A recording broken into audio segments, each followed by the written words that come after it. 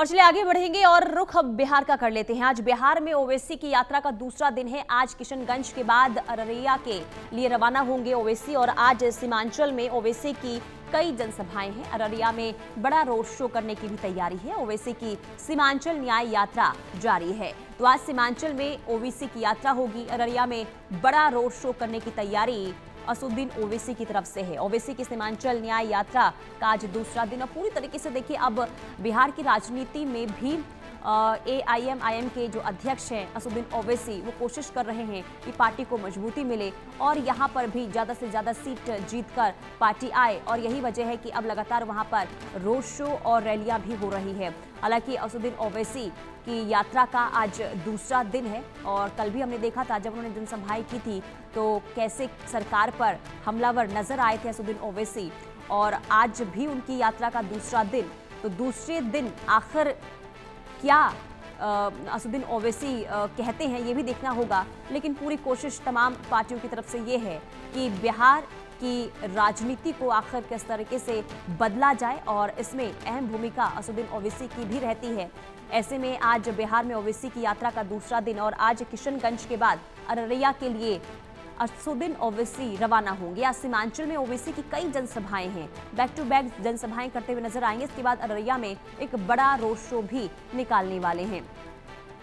तो आज बिहार की राजनीति में आज एक अलग हलचल देखने को मिलने वाली है, क्योंकि देखिए एक तरफ जहां तेजस्वी यादव पूरी ताकत लगाते हुए नजर आ रहे हैं, बीजेपी की ओर से भी लगातार बैठकें हो रही हैं, तो अब बिहार की राजनीति में ओवैसी की भी एंट्री हो गई है। तो देखिए राहुल गांधी, तेजस्वी यादव या फिर हम बात करें असदुद्दीन ओवैसी की, तो लगातार यात्रा पर यात्रा ये करते हुए नजर आ रहे हैं। सबसे पहले राहुल गांधी ने वोट अधिकार यात्रा की शुरुआत की थी। 17 अगस्त से 1 सितंबर तक ये यात्रा चली थी और 24 जिलों से होते हुए ये यात्रा निकली थी और 50 सीटों पर इसका असर ये माना जा रहा है कि देखने को मिलेगा। इसके अलावा हमने तेजस्वी यादव को देखा और अब ओवैसी भी यात्रा करते हुए नजर आ रहे हैं। रितेश मिश्रा पटना से लाइव जुड़ चुके हैं।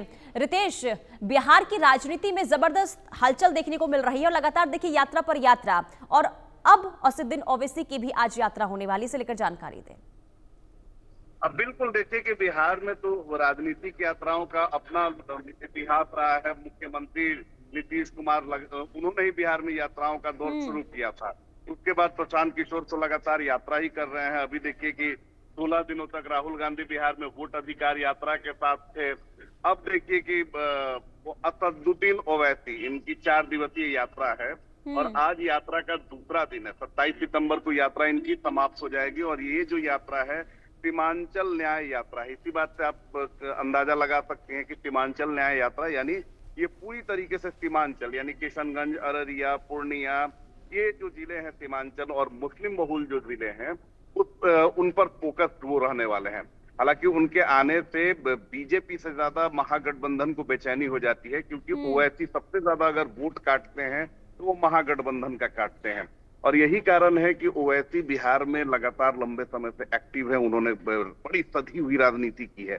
उन्होंने साफ तौर पर पहले ऑप्शन दिया, उन्होंने ऑफर दिया महागठबंधन के नेताओं को कि आइए हम लोग एलाई बन जाते हैं, अलायंस कर लेते हैं, लेकिन महागठबंधन ने, खास तौर पर कांग्रेस ने इसे सिरे से नकार दिया। फिर अभी 2 दिन पहले भी ओवैसी ने तेजस्वी यादव को ऑफर देते हुए कहा कि ज्यादा सीटें हमें नहीं चाहिए, आप हमें 6 सीटें दे दीजिए, हम आपके साथ अलायंस में आ जाते हैं। और ओवैसी को पता है कि वो लाख ऑफर देंगे, लेकिन महागठबंधन में ना आरजेडी उनके ऑफर को एक्सेप्ट करेगी, ना कांग्रेस उनके ऑफर को एक्सेप्ट करेगी, और जब डिनायल होगा, जब डिनाई करेंगे तो उसी को आगे राजनीतिक हथियार बनाएंगे, और उन्होंने बना लिया है। उन्होंने साफ तौर पे कह दिया है कि देखिए अक्सर ये जो आरजेडी और कांग्रेस के लोग हैं ये कहते हैं कि हम बीजेपी की बड़ी टीम है, लेकिन जब मैंने ऑफर दिया कि मुस्लिम वोटों का बिखराव नहीं हो तो इन्होंने उस पर कोई ध्यान नहीं दिया, यानी इन्हें कोई मतलब नहीं है। और कौन मुस्लिमों की हितैषी है, कौन मुस्लिमों का दुश्मन है, ये इस बात से स्पष्ट होता है। तो ओवैसी को भी पता है कि उन्हें जो महागठबंधन है वो किसी भी सूरत में अपने पाले में नहीं करने वाला है। बीजेपी की बी टीम के तौर पर उनकी बदनामी होती ही है, लेकिन एक मैसेज जो महागठबंधन का डिनायल आया उससे उन्होंने एक मैसेज तो मुस्लिमों में जरूर दे दिया कि भले ही आरजेडी कांग्रेस मुस्लिमों की हिमायती होने का बात करती है, लेकिन एक प्लेटफॉर्म पर सारी मुस्लिम पार्टियां नहीं आ पाती हैं। जी। ओवैसी ने ये भी मैसेज कन्वे करने की कोशिश की है और कन्वे कर रहे हैं कि आरजेडी और कांग्रेस भले ही आपसे वोट लेती हैं, लेकिन ये मुस्लिमों के लिए कभी भी उन्होंने काम नहीं किया। ना मुस्लिम लीडरशिप को आगे किया गया, ना सत्ता अगर बिहार में थी तो उसमें उनका प्रतिनिधित्व रहा है। तो इस तरह की सधी हुई राजनीति कर रहे हैं ओवैसी। और आपको 2020 में मैं फ्लैशबैक में ले जाना चाहूंगा कि सीमांचल में ओवैसी की पार्टी ने 5 सीटों पर जीत का परचम लहराया था और इस वजह से भी तेजस्वी यादव सत्ता में आते आते रह गए थे। कई सीटों पर जो ओवैसी की पार्टी है उसने अच्छा प्रदर्शन किया, जिसकी वजह से महागठबंधन को वहां करारी हार का सामना करना पड़ा और एनडीए की वहां पर जीत हुई थी। लेकिन अभी जो जानकारी हमें मिल रही है, जो सोर्सेज हमारे हैं, उनका कहना है कि ओवैसी सिर्फ 6 नहीं बल्कि सीमांचल में और बिहार में जो भी मुस्लिम बहुल इलाके हैं, चाहे वो सिवान के कई इलाके हों, चाहे वो गोपालगंज के कई सारे विधानसभा क्षेत्र हों, मोतिहारी के कई सारे विधानसभा क्षेत्र हों, वहां पर भी वो अपने उम्मीदवारों को खड़ा करने की तैयारी कर रहे हैं। और जो जानकारी मुझे मिल रही है, 40 से 50 उम्मीदवारों को उतारने की तैयारी में ओवैसी हैं। तो इसी से आप अंदाजा लगा सकती हैं कि ओवैसी की पार्टी की कितनी मजबूत तैयारी है। और 2020 में आप देखिए कि 5 सीटों पर उन्होंने जीत हासिल की थी। हालांकि बाद में आरजेडी ने उनके 4 विधायकों को हाईजैक कर लिया था, अपने खेमे में कर लिया था। और इस बात की भी टीस ओवैसी को रहती है, वो गाहे बगाहे वो बिल्कुल रितेश। और देखिए पिछली बार हमने देखा था कि ओवैसी का जो वोट परसेंट था वो काफी अच्छा रहा था। और ऐसे में क्योंकि जब देखिए खुद ओवैसी कहते हुए नजर आए कि हमने लेटर भी लिखा तेजस्वी यादव को, लेकिन इसके बावजूद भी उन्होंने नकार दिया है। तो क्या माना जाए जो आज का जो रोड शो होने वाला है, ये एक शक्ति प्रदर्शन दिखाने की कोशिश होगी असदुद्दीन ओवैसी की तरफ से? बिल्कुल, देखिए सबसे बड़ी बात है कि इंडिया न्यूज जी वो पहला चैनल है। सबसे पहले हमने ही ये खबर ब्रेक की थी और सबसे पहले जो बिहार के इनके अध्यक्ष है एआईएम पार्टी के, उनका इंटरव्यू हमने ही किया था जब उन्होंने ऑफर दिया था तेजस्वी यादव को, लालू प्रसाद यादव को। और उसी समय हमने बता दिया था कि असदुद्दीन ओवैसी की राजनीति बिहार में किस ओर करवट लेने वाली है। कई लोगों ने ये कहा कि इधर जा सकते हैं, उधर जा सकते हैं। हमने कहा कि नहीं, ओवैसी अपनी राजनीति अलग तौर पर करेंगे। एक शब्द में अगर बोले तो ओवैसी की पार्टी दिन ब दिन, उनका संगठन दिन ब दिन बिहार में मजबूत होता जा रहा है। और ओवैसी पूरी तरीके से आश्वस्त है कि इस बार उनका प्रदर्शन अच्छा रहेगा। और ओवैसी अगर ज्यादा सीटों पर उम्मीदवारों को उतार देते हैं तो इसका सीधे तौर पर नुकसान महागठबंधन, खास तौर पर आरजेडी को, तेजस्वी यादव को होगा। बिल्कुल, लेकिन क्या, क्योंकि देखिए अब जो आपने जानकारी दी कि 40 से 45 विधायकों को वो उतार सकते हैं, यानी कि देखिए ओवैसी तो पूरे मूड में है कि इस बार मुकाबला वो काफी टफ का रखने वाले हैं।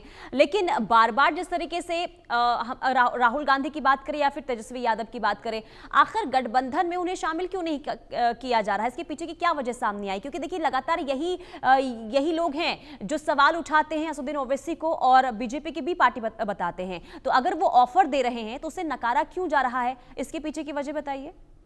देखिए सबसे बड़ी बात है कि 40 से 50 सीटों पर वो अपने उम्मीदवारों को उतारने की तैयारी कर रहे हैं। और मैंने पहले भी कहा कि महागठबंधन में उनके ऑफर को एक्सेप्टेंस इसलिए नहीं मिल पा रहा है क्योंकि जो ओवैसी की राजनीति है वो ऐसा नहीं है कि बीजेपी और एनडीए विरोधी ही है।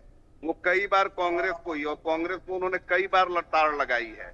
वो जब 2020 में उनके विधायक जीत गए और बाद में तेजस्वी यादव ने अपने पाले में उनके विधायकों को कर लिया, तो वो टीस भी उनके अंदर है और इसको लेकर कई बार वो सवाल उठा चुके हैं। दूसरी बात है कि कोई भी पार्टी एक सोची समझी रणनीति और जो जातिगत समीकरण होता है उस पर चलती है। तो कांग्रेस की अगर बात करें तो मुस्लिम तुष्टीकरण वाली उसकी राजनीति होती है। उसके अलावा अगर बात करें आरजेडी की तो एमवाई, आप देख लीजिए कि एमवाई राजनीति पर वो पूरी तरीके से इंटैक्ट है। उसका कहना है कि मुस्लिम जो है वो पूरी तरीके से उसके साथ इंटैक्ट है।